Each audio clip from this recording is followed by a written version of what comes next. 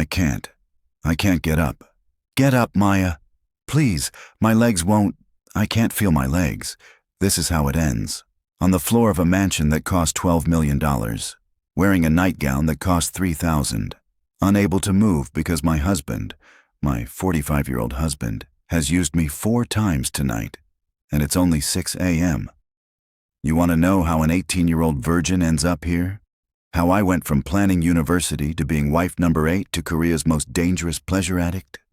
It started with a debt, $200,000, and parents desperate enough to sell their daughter. This is my story, and trust me, you're not ready for where this goes.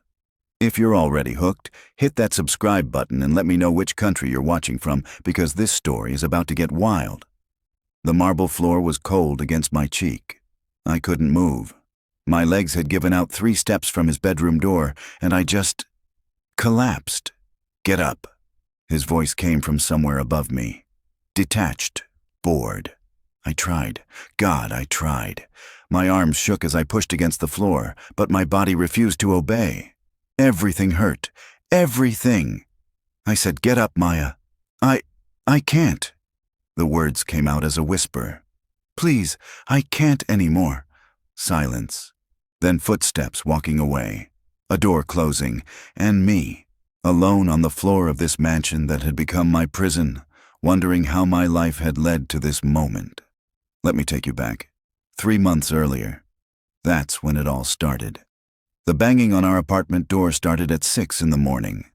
Mr. Park, Mrs. Park, open up, we know you're in there. My mother's face went white. My father sat at our tiny kitchen table, head in his hands, completely still. Dad? I came out of my bedroom, still in my pajamas. Dad, what's happening? More pounding, harder this time. You have 3 days. 3 days or we take everything, the shop, the apartment, everything. My mother started crying. Not the gentle tears I'd seen before when money was tight. These were desperate, choking sobs that made her whole body shake. Someone please tell me what's going on. I grabbed my father's shoulder. He finally looked up at me. His eyes were red, exhausted. We owe money, Maya. A lot of money. How much? $200,000. The number hit me like a physical blow. We barely made $2,000 a month from our small convenience store. $200,000 might as well have been $2 million. To who? How did this? Bad investments, my mother sobbed. Your father's business partner ran off with the money, left us with all the debt. These people, these aren't bank collectors, Maya. These are dangerous people. The pounding continued. Threats shouted through the door. I stood there in our cramped kitchen, watching my parents fall apart, and felt utterly helpless. That night, my father came to my room.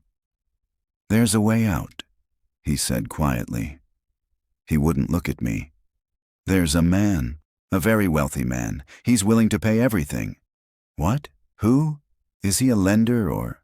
He wants to marry you. The words hung in the air between us. What? His name is Kim Jae-Hyun. He's 45 years old. Very powerful. He needs a wife. For business purposes, image purposes. He's willing to pay all our debts if you agree to marry him. I stared at my father like he'd grown a second head. You're joking. I wish I was. He finally met my eyes, and I saw something there that terrified me more than the debt collectors. Desperation.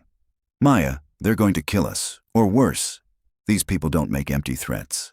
I've seen what they do to families who can't pay. So you want to sell me? Don't say it like that. That's exactly what it is. I stood up, shaking. You want to sell your daughter to some stranger to fix your mistakes. Maya, please. I'm 18 years old. I have plans. I was going to start university next month. My mother appeared in the doorway. Her face was streaked with tears, but her voice was firm. They'll kill your father first. Make me watch. Then they'll take me. Do you understand what I'm saying? What they'll do to me? The image made me want to vomit. And then they'll come for you anyway, she continued. And you won't have a choice. At least this way. At least this way we all survive. This isn't surviving, I whispered. This is selling my life. For 2 years, my father said quickly. The contract is for 2 years, then you can divorce him, get an annulment, whatever you want. He doesn't want a real marriage. He just needs the appearance of one. Why me? Why doesn't he just find someone his own age? He's very specific about what he wants. My father's voice dropped even lower. Young, innocent, someone who will cooperate. The way he said cooperate made my skin crawl. I need to think. We don't have time to think, my mother said. We have 2 days. The meeting is tomorrow. The penthouse was like nothing I'd ever seen. Floor-to-ceiling windows overlooking Seoul.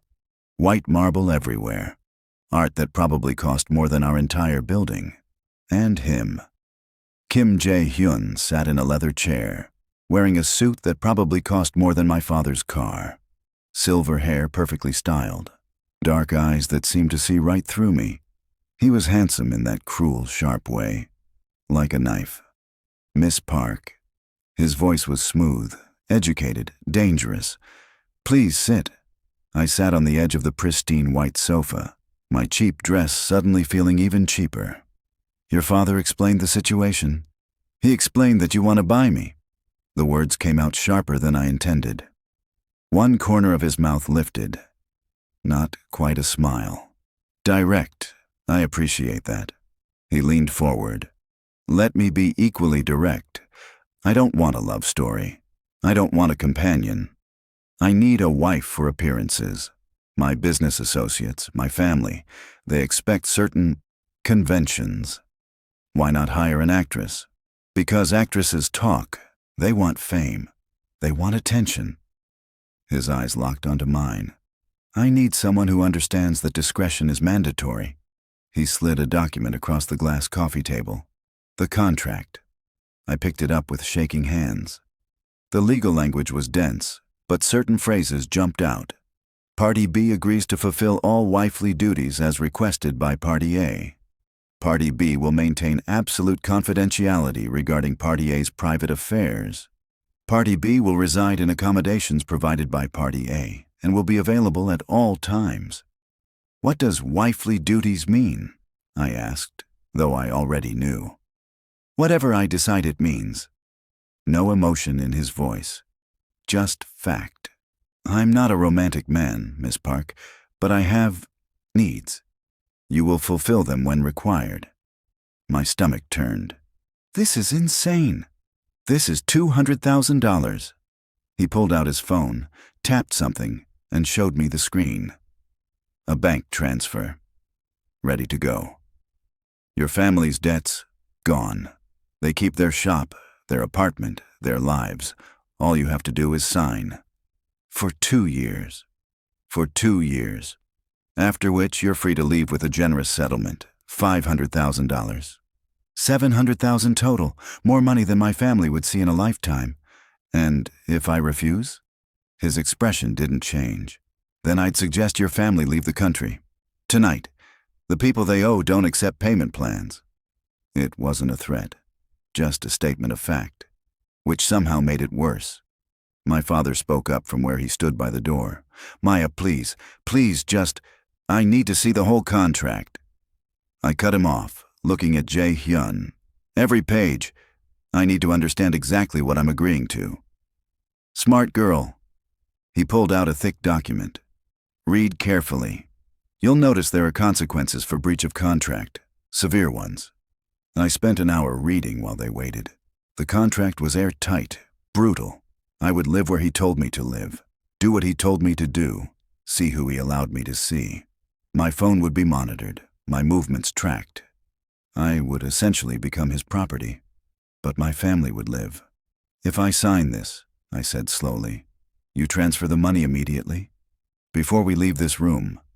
And my parents' debt is gone, completely. Completely. I looked at my father, at the desperation in his eyes, at my mother, who couldn't even look at me. If you're still watching, drop a comment below. Have you ever had to make an impossible choice? Let me know. I picked up the pen. One more thing, Jae-Hyun said. You're signing as an adult, freely and of sound mind. If you ever try to claim coercion or duress, the contract is void, and the full amount becomes due immediately. Plus, penalties, your family would owe $300,000. The trap was perfect. Complete. I signed. He made the transfer while I watched.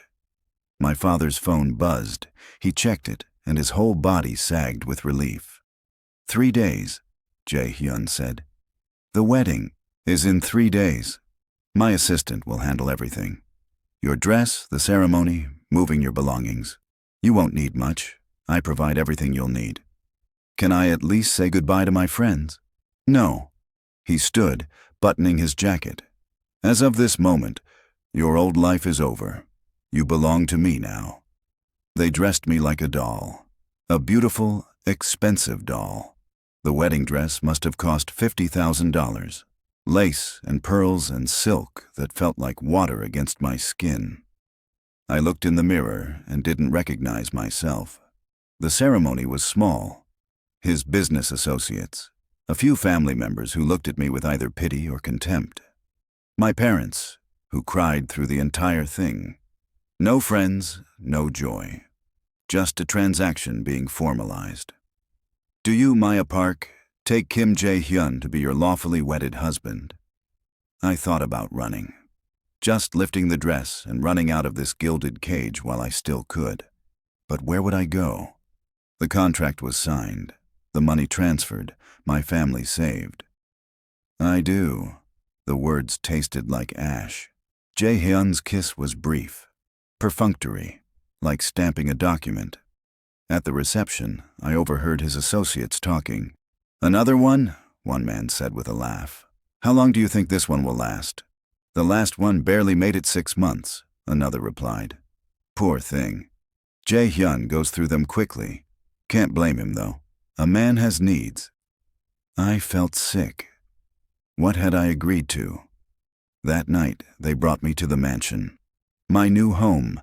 It was massive, cold, empty despite all the expensive furniture. Your quarters are in the East Wing, the housekeeper said. She was an older woman with kind eyes that held too much knowledge. Mr. Kim's quarters are in the West Wing. Separate bedrooms? Yes, he'll summon you when he requires your presence. The way she said it made my blood run cold. My room was beautiful, king-sized bed, walk-in closet full of clothes in exactly my size, bathroom bigger than my old bedroom, but the windows didn't open. And there was a camera in the corner. I was in a luxury prison. At 2 a.m., the intercom buzzed. Come to my room, now! My hands started shaking. This was it, the moment I'd been dreading. I walked through the empty hallways in the silk nightgown they'd laid out for me. Every step felt like walking to my execution. His bedroom door was already open. Red lighting. That was the first thing I noticed. The entire room had a red glow from hidden lights. Massive bed. Windows overlooking the city. And him, sitting in a chair, watching me enter. Close the door. I did. Come here. I walked over on trembling legs. He stood, circling me slowly. You're scared. Yes. Good. Fear makes you honest. He stopped in front of me. This is your purpose now, Maya. To be available, to be obedient, to fulfill every request without hesitation. Do you understand? I understand. Show me you understand. Kneel. I hesitated. For just a second. His hand shot out, gripping my chin. Not hard enough to bruise, but hard enough to terrify. When I give an instruction, you follow it immediately. Not after you think about it. Not after you decide if you want to. Immediately. He released me. I dropped to my knees, tears already starting to fall. Perfect, he said softly. Now let's begin your education.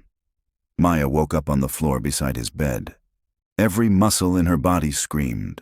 The silk nightgown was torn. Her throat was raw. Jae-Hyun was already gone. She tried to stand, but her legs wouldn't hold her. She crawled to the bathroom, caught sight of herself in the mirror, and barely recognized the broken girl staring back, bruises on her wrists. Her lip was split, hair matted with sweat and tears. The first night had lasted 4 hours. On the marble counter there was a note next to 3 small pills.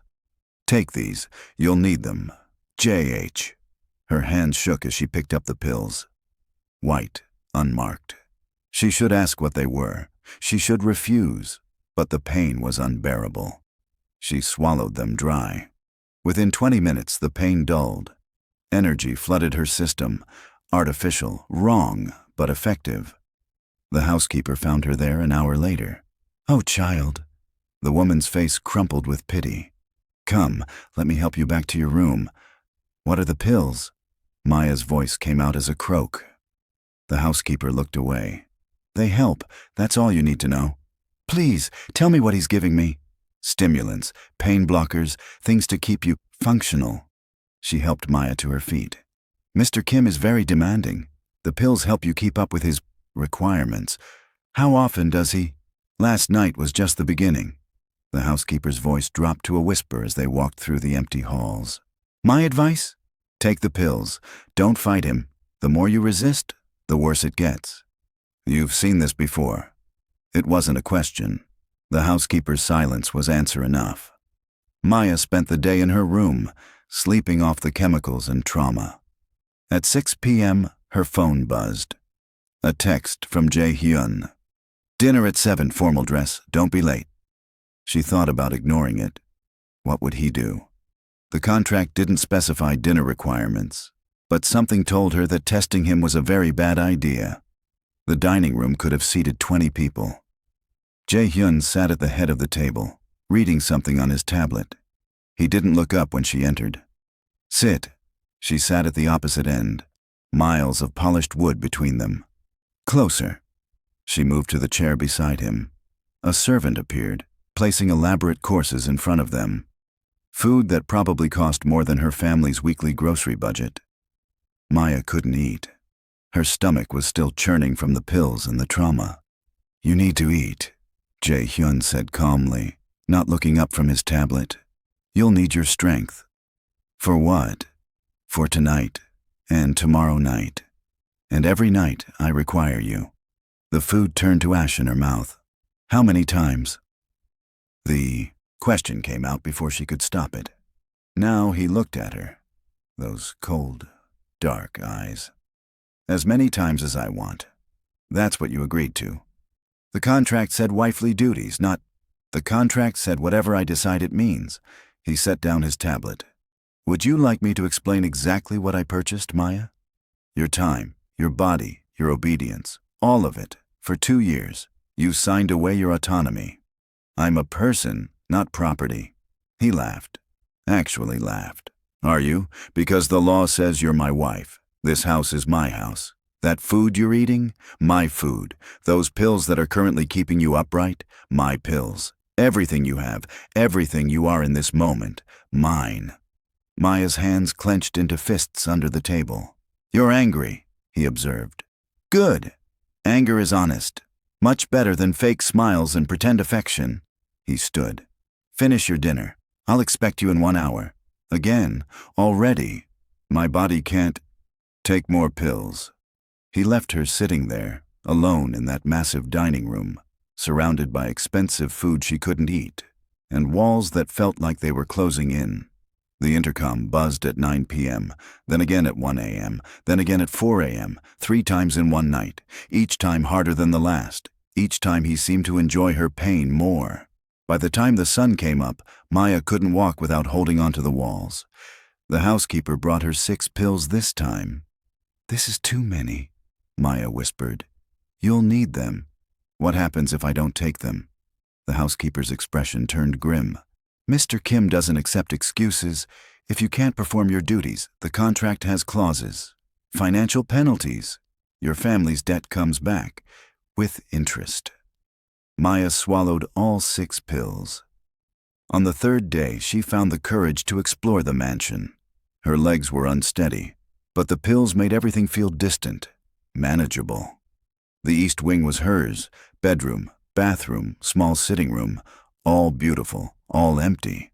The west wing was his. She wasn't supposed to go there, but curiosity and rage made her brave. She waited until she heard his car leave. Waited until the house was quiet. Then she walked down the hallway toward his private quarters.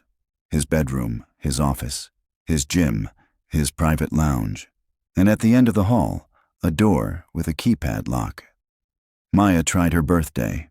Nothing. His birthday. Nothing. The wedding date. Click. The door opened. Inside was a room she wasn't prepared for. Photographs on the walls. Beautiful young women. All of them looking at the camera with the same expression Maya had seen in her own mirror. Broken, terrified, used. Below each photo was a name and dates. Minji Park, duration, 8 months. Soo-yoon Kim, duration, 5 months. Hana Choi, duration, 11 months.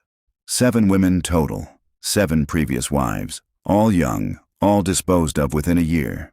What are you doing in here? Maya spun around. Jae-Hyun stood in the doorway, his expression unreadable.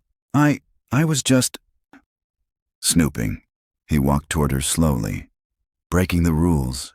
Did you think I wouldn't notice? There are cameras everywhere, Maya. Who are they? She pointed at the photos, trying to sound braver than she felt. What happened to them? They served their purpose, then they left. Where did they go? He smiled. It was the most terrifying expression she'd ever seen. Does it matter? They're gone, and in a few months you'll be gone too. Just another face on my wall. This is sick. You're sick. I'm honest. He grabbed her arm. Not gentle. I told you exactly what this was. A transaction. You chose money over freedom. Don't pretend to be surprised when you discover what that choice costs.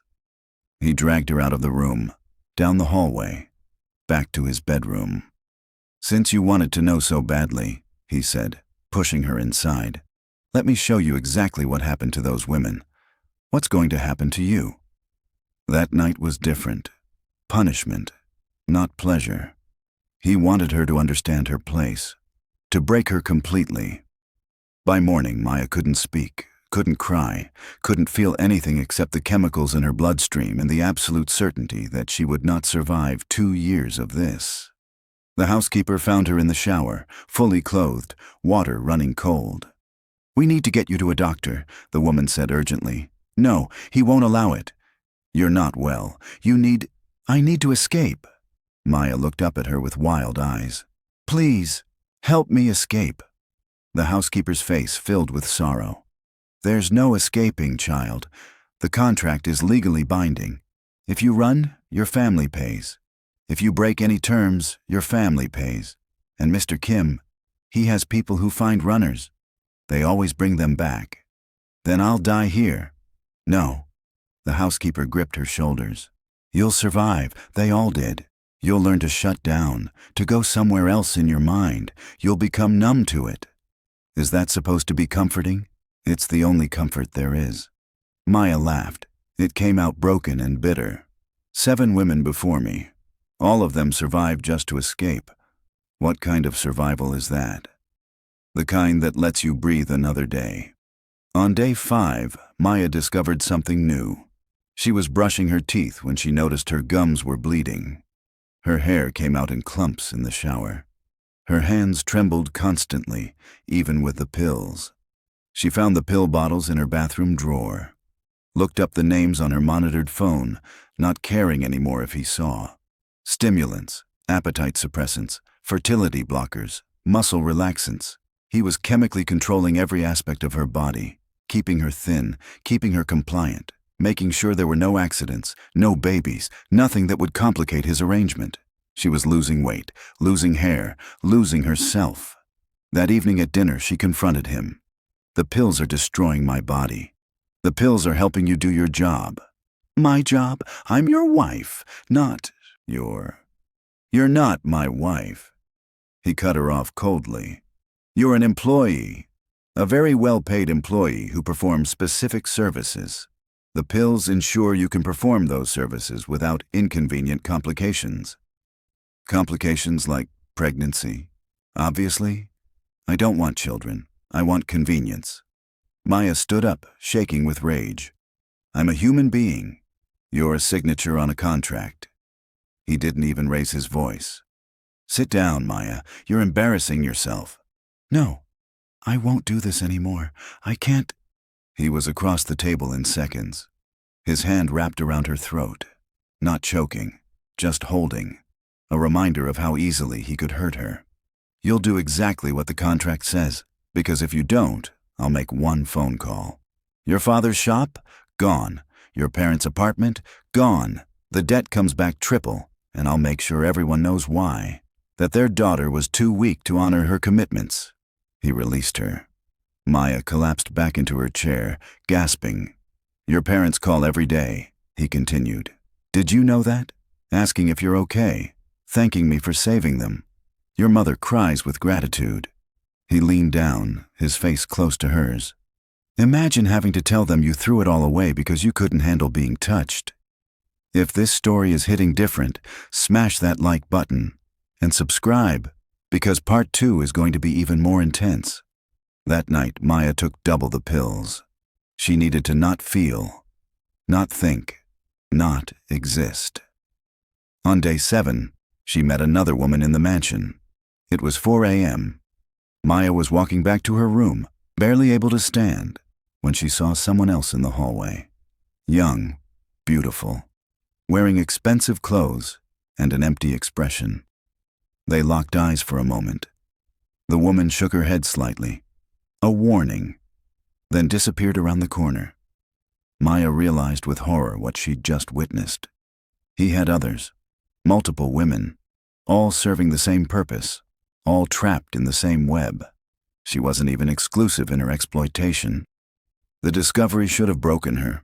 Instead, it lit something else, something dangerous. Rage, pure, white-hot rage.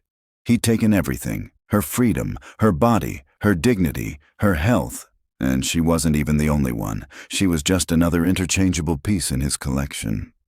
Maya went back to the locked room that night, used the code she'd memorized, stared at those 7 faces on the wall. I'm not going to be number 8, she whispered to their photographs. I'm going to be the one who burns this whole thing down. She didn't know how yet, but for the first time since signing that contract, she felt something other than despair. She felt determined.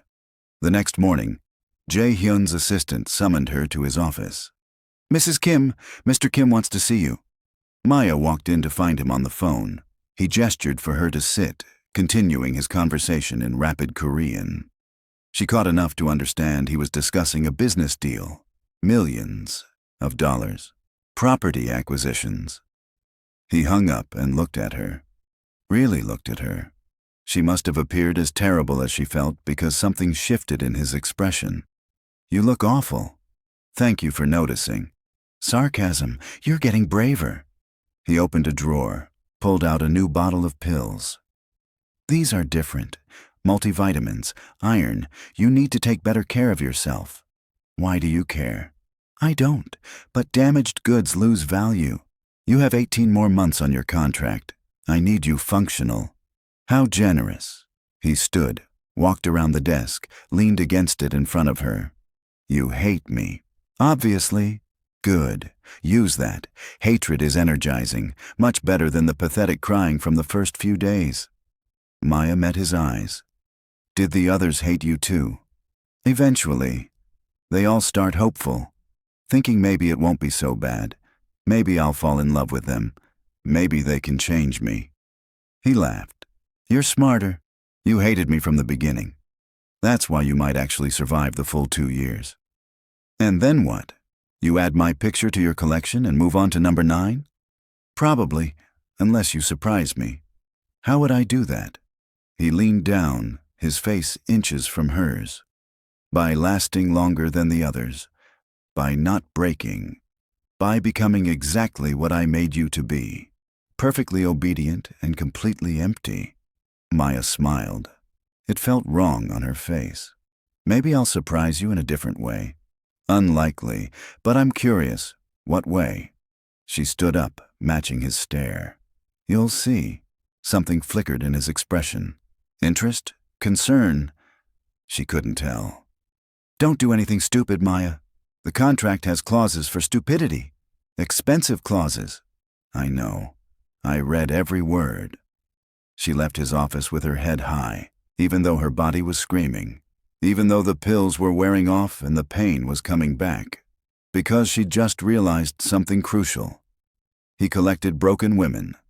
That was his pattern. Break them, control them, discard them. But what if she didn't break? What if she bent instead? What if she learned everything about his empire, his secrets, his weaknesses, and used it all against him?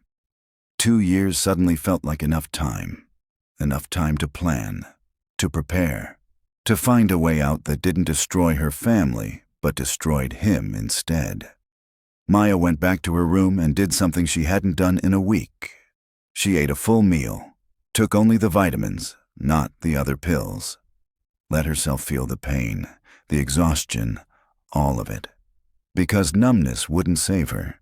Anger would. 3 weeks in, Maya stopped sleeping. Not because of him, though he still summoned her 2 or 3 times a night, but because she was planning.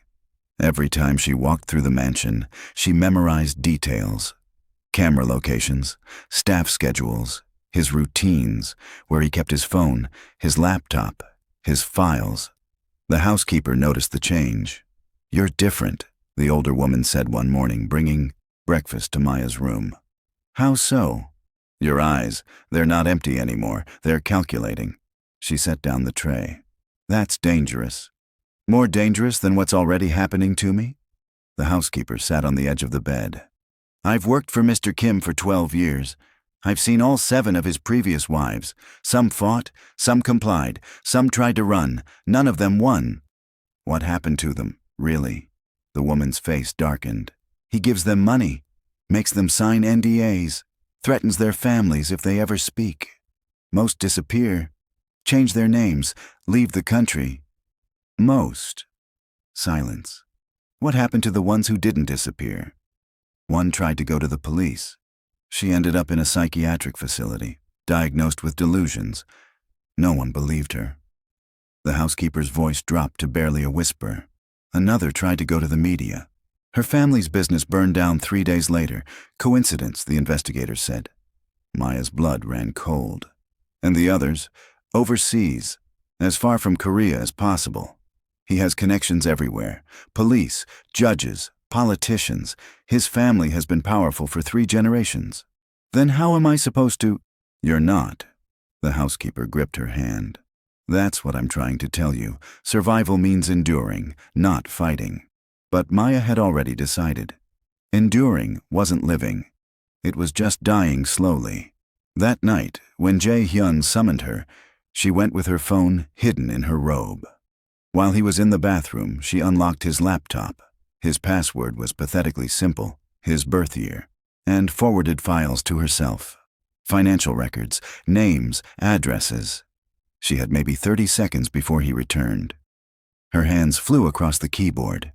"Send, send, send." "What are you doing?" Maya spun around. He stood in the doorway watching her. I was cold. I was going to get under the covers." He walked over slowly, looked at the laptop, back at her. "My computer is over there. The bed is over here." I got confused. "The pills make me dizzy." He stared at her for a long moment, then grabbed her phone from her robe pocket. No confusion, just stupidity. He scrolled through it. She watched her entire plan crumble as his expression darkened. "Forwarding my files? To yourself?" He looked up at her. "Did you really think I wouldn't notice? That I don't have alerts set up?" Maya's mouth went dry. "I was just—" "Don't lie. It's insulting to both of us." He deleted the emails from her sent folder, then made a phone call. "Yes, the accounts, all of them. Transfer everything to the secondary servers. Someone attempted to access confidential information." He hung up, turned back to her. "Do you have any idea what you almost did?" "I was trying to find evidence of—" "Of what?" "My business dealings, my connections." He laughed, but there was no humor in it. "Maya, I'm not some criminal mastermind. I'm just a man with money and power who knows how to use both. Everything I do is technically legal. Morally bankrupt? Absolutely. But legal. The women, the contracts, the abuse, All consensual, all documented, all signed. He grabbed her face, forcing her to look at him. You think you're the first to try exposing me? You think you're special? You're just smarter than average and dumber than you think. He threw her phone against the wall. It shattered. No more phone, no more internet. You'll stay in your room except when I summon you. Food will be brought to you. You want to play detective? Fine, you can do it from a cell. You can't just, I can do whatever I want. His voice finally rose. Read your contract. Clause 17. Any breach of confidentiality results in immediate penalties and extended term. Maya felt the floor drop out from under her. Extended term? 6 more months. That's what you just earned yourself. No, you can't. I can. I will. 2.5 years, Maya. Congratulations on making things worse. He left her there, in his bedroom, surrounded by the evidence of her failed rebellion. The next morning, the housekeeper came with breakfast and a sad expression. I heard what happened. Maya sat on her bed, staring at nothing. I was stupid. You were brave. There's a difference. Brave gets you nowhere except deeper in the trap. The housekeeper set down the tray, then pulled something from her pocket. A small piece of paper with a phone number. What's this? Someone who might be able to help, but you didn't get it from me. The woman's hands were shaking. She was wife number 4, Hana Choi. She's the only one who stayed in Korea, the only one who still fights. You said fighting was pointless. I said winning was impossible. Fighting? The housekeeper smiled sadly. That's all we have left. Maya memorized the number and ate the paper. How do I contact her without a phone? There's a landline in the library. Mr. Kim's office. He leaves for meetings every Tuesday at 2 p.m., doesn't return until 5. The office is locked. The housekeeper has keys. The woman stood. Tuesday, 2 p.m. You'll have maybe 10 minutes before the security system logs unusual activity. Why are you helping me? The housekeeper's eyes filled with tears. Because I had a daughter once, your age, and I couldn't save her from a man like him. She left before Maya could ask more questions. Tuesday came slowly. Maya endured his summons, took the pills she needed to function, pretended to be broken. At 2 p.m. exactly, she heard his car leave. The housekeeper appeared at her door. Now, they rushed to his office. The woman unlocked it with shaking hands. 10 minutes, no more. Maya dialed the number. It rang twice. Hello? A woman's voice, young, scared. Is this Hana Choi? Who's asking? I'm Maya, wife number 8. Silence, then, get out. Get out now while you still can. I can't. The contract. Fuck the contract. Do you know what he does? What he's capable of? I'm starting to understand. No, you don't. Hana's voice broke. I was there for 11 months, longest of any of us. You know why? Because I thought I could outsmart him. Document everything, build a case. I was so stupid. What happened? He found out, just like he found out about you, and he... Hana sobbed. He made me watch him hurt someone I loved. My sister. He had his people grab her. They didn't touch her, didn't have to. Just showed me what they could do. What they would do if I didn't comply. Maya felt sick. Your sister is fine now, because I signed expanded NDAs. Took his money, agreed to never speak about it, but I can't leave Korea because he has people watching, making sure I stay quiet. Then why are you talking to me? Because maybe together we can... Hana stopped. Wait, why are you calling from his office? It's the only phone I have access to. This call is being recorded. Everything in that office is monitored. Oh God, Maya, hang up now. But, hang up!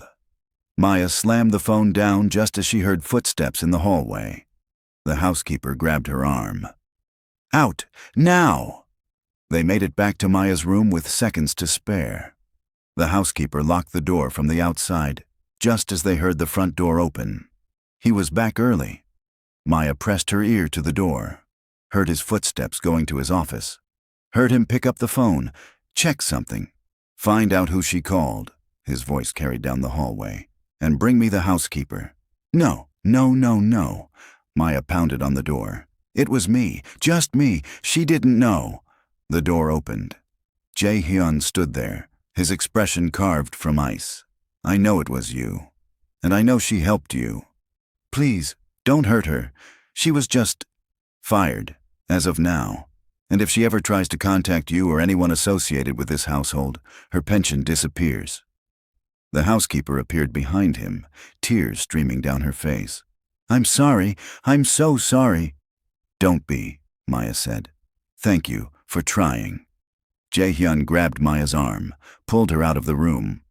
You want to know what happens to people who defy me? Come, let me show you. He dragged her to the locked room.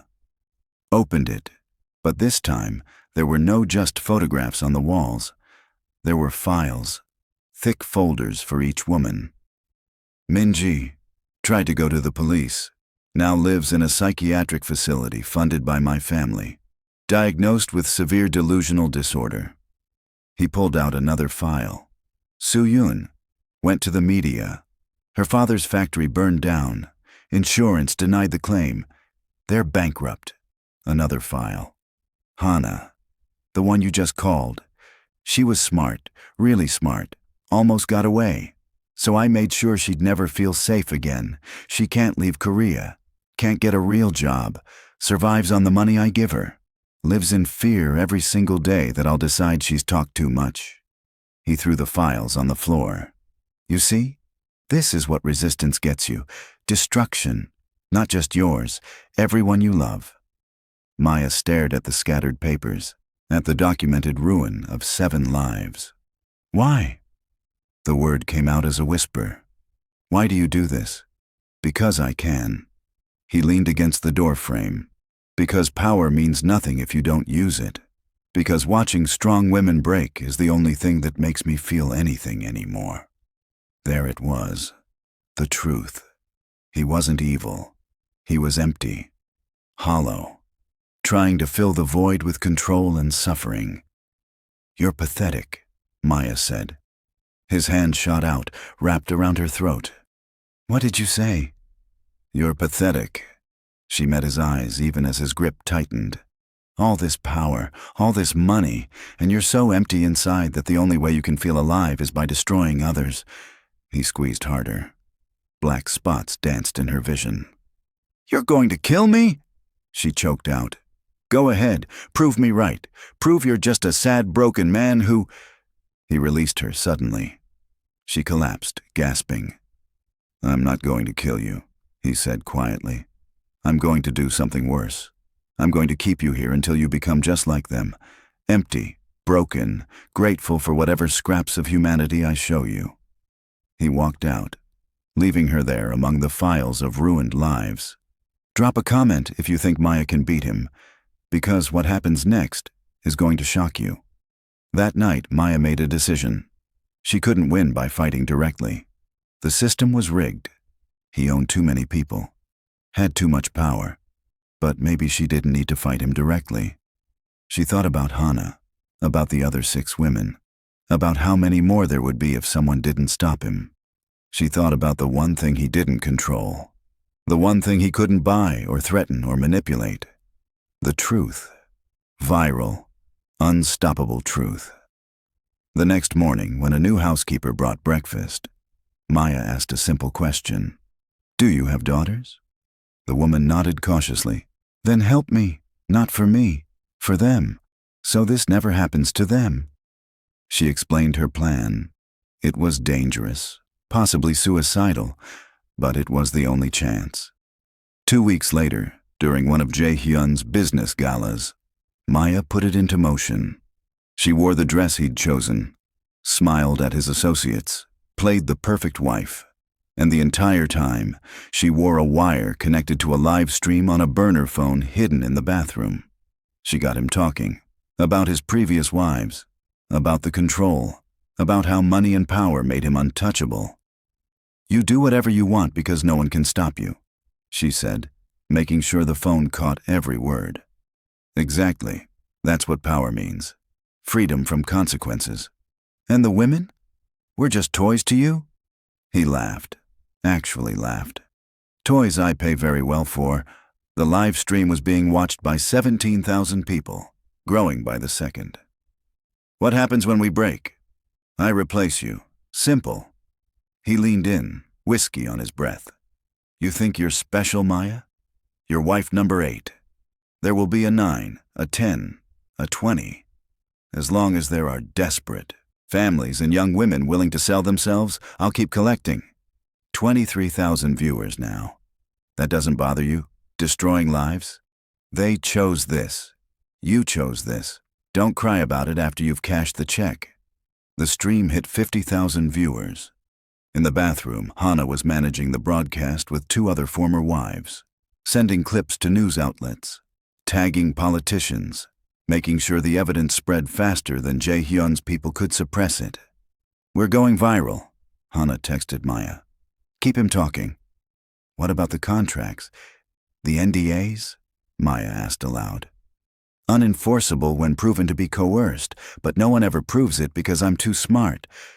He poured another drink. I have judges in my pocket, police chiefs who owe me favors, media executives who won't touch stories about my family. 90,000 viewers. So you're untouchable.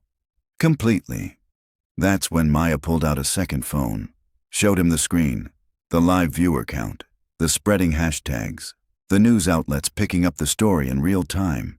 His face went white, then red, then something beyond rage. What did you do? I told the truth. To everyone. Simultaneously. Too many people to threaten, too many witnesses to silence. He grabbed the phone, threw it against the wall. But it didn't matter. The damage was done. 140,000 people had watched him confess to years of manipulation, coercion, and abuse. You stupid girl. You have no idea what you've done. The contract is void because you just admitted on camera that it was coerced, that you've done this to multiple women, that you have corrupt officials protecting you. His hands were shaking. For the first time, Maya saw fear in his eyes. My lawyers will destroy you. Your lawyers are watching the stream too, along with prosecutors, journalists, human rights organizations. The U.S. Embassy shared it. The UN Women's Division retweeted it. Maya smiled. You can't threaten everyone, Jae-Hyun. That's the thing about truth. Once it's out, it spreads like fire. Police arrived 30 minutes later. Not local police. Federal investigators, international human rights officials, people he didn't own. They arrested him on the spot while cameras filmed everything. Maya watched him being led away in handcuffs, still unable to believe it had worked. Hannah appeared beside her, tears streaming down her face. We did it. We actually did it. We? Maya looked around. All 7 former wives were there. They'd all helped, all coordinated, all risked everything. Together, Hannah said, the way it should have been from the start. The next 6 months were chaos. Investigations, testimonies, his entire empire crumbling as every corrupt connection was exposed. His family tried to protect him, but public outrage was too strong. He was sentenced to 15 years for coercion, fraud, and trafficking-related charges. Maya's family kept their shop. The debt was nullified due to the illegal contract. They cried when she finally came home. I'm sorry, her father sobbed. I'm so sorry we put you through that. You didn't know, Maya said. None of us knew how bad it could be. She started therapy, started healing, started speaking publicly about contract bride trafficking. 6 months after his arrest, Maya stood in front of the mansion one last time. It was being converted into a shelter for women escaping exploitation. On the wall where his trophy photographs had hung, they'd painted something new. You are not property. You are not alone. You are not powerless. Maya traced the words with her fingers, thought about the 18-year-old girl who'd signed her life away to save her family, who'd been broken and rebuilt, who'd learned that sometimes the only way to win is to risk everything. Her phone buzzed. A message from her new foundation. 3 more women had come forward with similar stories. Different men. Same pattern. The fight wasn't over. But for the first time in months, Maya felt something she'd thought was lost forever. Hope. She turned away from the mansion, from the past, from the girl she'd been, and walked toward whatever came next. If this story moved you, please subscribe. Share it with someone who needs to hear it. And remember, you are never as powerless as they want you to believe.